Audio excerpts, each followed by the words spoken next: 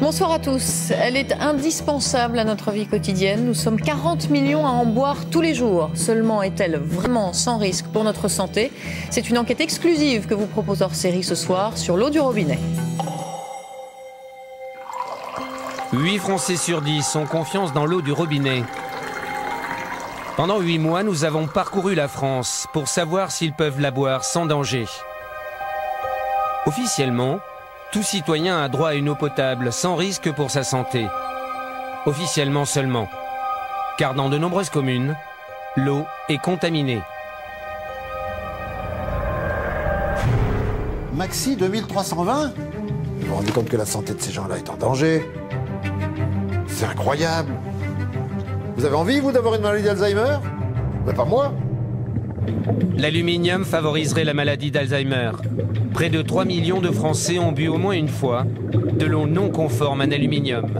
En 2008, 5 millions de Français ont consommé au moins une fois de l'eau non conforme en pesticides, malgré les risques de cancer. Il y a 255 000 becquerels par mètre cube. 255 000 becquerels par mètre cube, j'ai jamais vu ça nulle part. Les citoyens et les élus boivent une eau chargée en radon sans en être informés. On n'a jamais eu d'analyse de radon, en tout cas qui nous ont été communiqués, et on n'est absolument pas au courant de ces résultats. Le radon est cancérigène, mais la France ne mesure pas sa présence dans l'eau. Une nouvelle menace vient aussi d'être identifiée. Sans le savoir, les Français boivent une eau qui contient des médicaments. Nous avons recueilli les preuves de ces pollutions. Nous les avons présentées aux compagnies de l'eau. Enfin, c'est des trucs... ça ne doit pas sortir de la maison, ça. C'est pas des documents publics, hein. Ce truc-là, là. Et vous avez quelqu'un en interne qui vous a donné ça. C'est pas des documents... voilà, d'ailleurs, c'est un document interne. Nous avons aussi interpellé l'État, censé protéger notre santé. Est-ce qu'on peut couper l'émission? On coupe l'émission. Voilà, c'est tout. 40 millions de Français boivent régulièrement l'eau de leur robinet. Plongés à nos troubles dans ce produit alimentaire et ses poisons cachés. Nous vous proposons un numéro exceptionnel de Capital Terre. De moins en moins d'eau et de plus en plus polluée. À cause de nos façons de produire et de vivre. La moitié de l'humanité boit une eau de mauvaise qualité. Avoir de l'eau potable qui coule au robinet, c'est un vrai miracle que l'on oublie trop souvent. Savons-nous vraiment quelle eau nous buvons aujourd'hui et quelle eau nous boirons demain? Mais avant d'être distribuée à notre robinet, l'eau va devoir passer par une usine très spéciale. Un centre qui va la traiter pour la rendre potable. Un nouvel exploit qui va mobiliser tout le génie humain. À l'issue de tout ce processus, l'eau est dépolluée, bonne à distribuer au robinet. Cette eau, captée dans la nature, est toujours plus dégradée par de multiples pollutions. Des pollutions qui durent depuis longtemps, comme celles dues aux industries de toutes sortes.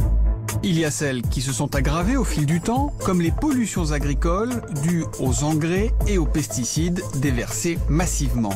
Mais il y a surtout une nouvelle pollution. Dans notre eau, si vitale pour nous, on retrouve des traces de médicaments. Soyons clairs, nous sommes tous à l'origine de cette pollution. Nous absorbons en moyenne 48 boîtes de comprimés par an et par personne. Quand nous les ingérons, notre corps en évacue une partie par les voies naturelles lorsque nous allons aux toilettes. Ces eaux usées, chargées de résidus médicamenteux, vont alors se retrouver dans un circuit insoupçonné, entraînant sur leur passage des réactions en chaîne que personne n'avait prévues. Et c'est au cœur même de la nature, dans les rivières, que les premiers effets sont constatés par de drôles de pêcheurs. Ce sont des scientifiques de l'INERIS, un grand centre de recherche publique. L'objet de leur étude, les poissons qui vivent dans les eaux où l'on a trouvé une forte concentration de résidus médicamenteux. Sur cette image-là, on a un autre cas de figure de poissons intersexués, avec une intersexualité sévère, avec sur la partie haute du testicule, donc de l'organe reproducteur mâle, et sur la partie basse de la coupe, des ovocytes, donc des œufs, qui sont caractéristiques des ovaires, donc les organes reproducteurs femelles. Et pourtant, toute cette pollution n'aurait jamais dû se retrouver dans les rivières. Une fois utilisées, nos eaux sales, issues notamment des toilettes, sont évacuées. Mais avant d'être rejetées dans les rivières, ces eaux chargées entre autres de nos médicaments seront traitées. Ce sont des stations d'épuration qui vont les filtrer. Nous avons voulu tester le vrai pouvoir filtrant d'une station d'épuration. Nous y sommes procurés 2 échantillons d'eau. L'un en entrée de station, l'autre en sortie. Une fois que l'eau est nettoyée et va être rejetée dans la rivière. Objectif, vérifier la présence des 20 molécules médicamenteuses les plus utilisées en France dans l'eau prélevée. Et surtout, savoir si la station d'épuration les retient avant de rejeter l'eau. Pour l'équipe d'Alain Franco, les résultats sont sans appel. Les résidus médicamenteux qui rentrent dans la station, en sortie, sont retrouvés. Ils ne sont pas éliminés. Des analyses inédites pour ce responsable. Sa station n'en fait jamais de ce genre, et pour cause. Bon, c'est normal, puisque le process de la station d'épuration, tel qu'il a été conçu et réalisé à l'époque, ne prévoyait pas de traiter ce type de résidus. Ça veut dire que votre station d'épuration n'est pas équipée pour, elle ne sait pas lutter contre ces résidus médicamenteux? Aujourd'hui, non. Non, elle n'a pas été conçue pour, et comme la majorité, c'est pas spécifique à Rouen. D'ailleurs, c'est pour toutes les stations, la majorité des stations d'épuration en France. Pas d'obligation, pas d'équipement et aucune norme établie pour limiter la présence de médicaments dans l'eau. Ainsi, les 19 000 stations d'épuration en France peuvent continuer de rejeter chaque jour, en toute légalité, tous ces résidus dans la nature. Ces résidus de médicaments que l'on retrouve dans l'environnement peuvent-ils aussi se retrouver dans notre eau du robinet? Cette fois-ci, nous voulons aussi vérifier si l'eau prélevée contient ou non les fameuses molécules médicamenteuses les plus fréquentes. Voilà ce que révèlent les tests. Sur les médicaments recherchés, les analyses confirment la présence de l'un d'entre eux, bien connu de tout le monde, du paracétamol, présent par exemple dans le Doliprane. Une faible quantité, 6 nanogrammes, mais qui n'a rien à faire là et qui prouve que des restes de médicaments peuvent se retrouver à notre robinet. Quand on boit de l'eau du robinet, on n'a pas envie de boire du paracétamol. Si je fais boire de l'eau du robinet à mes enfants, c'est pas pour qu'ils boivent du paracétamol. En 2011, l'Agence nationale de sécurité sanitaire a réalisé des prélèvements un peu partout sur le territoire. Une fois sur 4, l'eau potable contient à petite dose toutes sortes de médicaments. Des antibiotiques humains ou vétérinaires, des anti-inflammatoires ou même des anticancéreux. Pour arrêter cette nouvelle pollution des médicaments avant qu'elle n'arrive dans nos verres, il existe bien des solutions. Les filtres à charbon.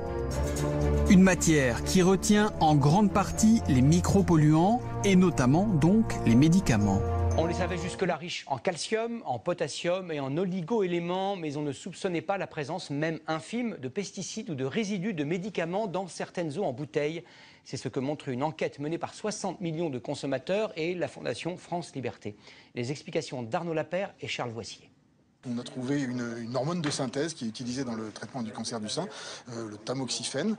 Et ça, franchement, on n'arrive pas à expliquer. Ça serait arrivé sur une bouteille, sur un échantillon. On aurait pu se dire, tiens, il y a eu un accident local.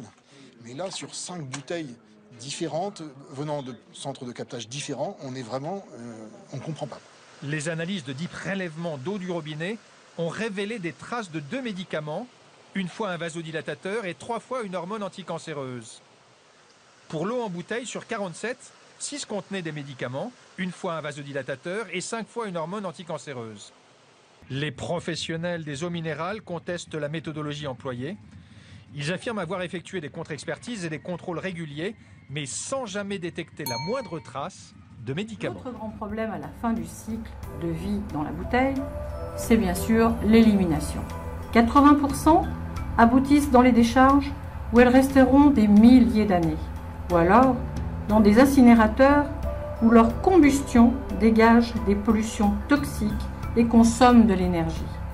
Le reste est collecté pour le recyclage.